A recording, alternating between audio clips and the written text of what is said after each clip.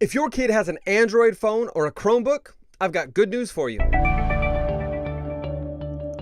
Google announced today that Android FamilyLink is coming to Chromebook, and they're also going to be offering a new version for ages 13 and older. Android FamilyLink is pretty good for the most part. There's been some features I'm not super happy with, but the ability to approve downloads, to turn on and off safe search, the ability to give them permissions whether or not they can download certain apps, being able to adjust their settings, update their passwords, set screen time limits, and a whole lot more. All of this makes Android FamilyLink one of the better parental control options. Really, the only new feature for those who are older than 12 years old is the ability for them to disable the parent's connection on their own. More on that in a minute. Most of the features of FamilyLink are already available for the Chromebook, such as safe search and changing account settings. Other things are going to be available soon, like screen time management and app store management. One of the concerns I've had with Android FamilyLink has been their lack of backwards compatibility. They recommend your kid has an Android phone that runs version 7 or higher of the operating system. FamilyLink might work on some select phones that are running operating system 5 or 6, but 7 is the standard. This makes it a little difficult for a lot of parents because we tend to hand down our old phones to our kids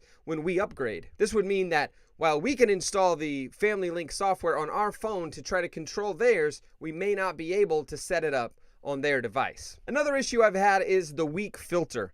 See, Google just uses their basic safe search filter like you would on any Google search page. It's way better than nothing, but if you're trying to keep your kids away from things they've seen before, you're probably going to want to go with something a little more higher quality and with a little more settings that you can change and control yourself. As far as the ability for teenagers to disable Android FamilyLink, it's kind of weird because if they disable it, it will notify the parent that they've done so.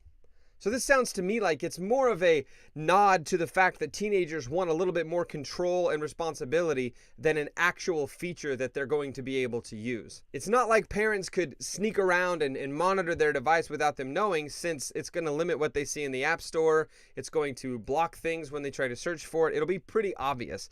So I think it's just really a way for them to say, hey, teenagers like to have control. They like to feel like they are being able to manage their own stuff. So let's give them a switch they can turn it off if they want to, and then have that conversation with your parents. And that right there is the key, the conversation with your kids. Even on Google's announcement page of this feature, they highlight the benefit of parents talking to their kids about what they're doing when they use their smartphone and their Chromebooks.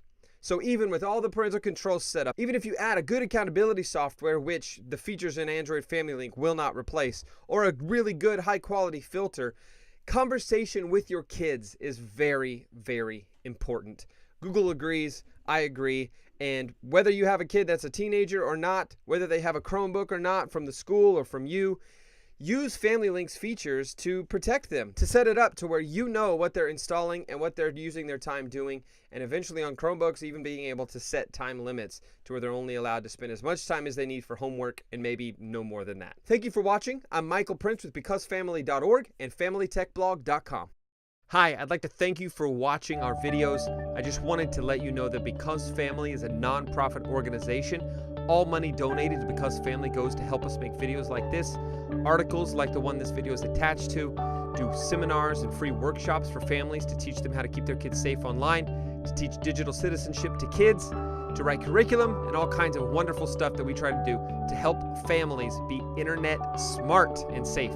So if you'd like to donate, you can go to becausefamily.org/partnership and give to help us keep doing that. Thanks a lot.